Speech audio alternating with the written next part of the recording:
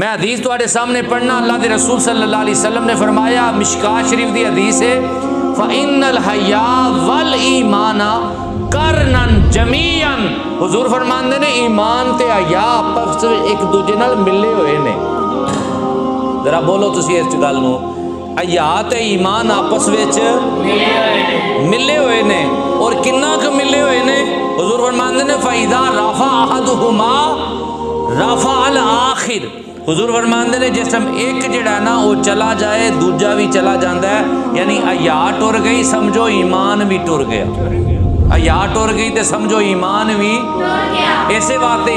فارسی دے اندر ایک جملہ ہے کہ بے حیا باش ہر جہاں ہی کن، جے بے حیا ہو گیا تو پھر جو مرضی یا کر، یعنی جدو حیا ٹر جائے نا تے ایمان بھی ٹر جاندہ ہے، تے ایمان ٹر جائے تے حیا چلی جاندی ہے۔ اللہ دے رسول صلی اللہ علیہ وسلم نے حیا نو اتنی اہمیت عطا کی تھی، بلکہ ایک اور حدیث پاک ہے جدے حضور فرماتے ہیں الحیاء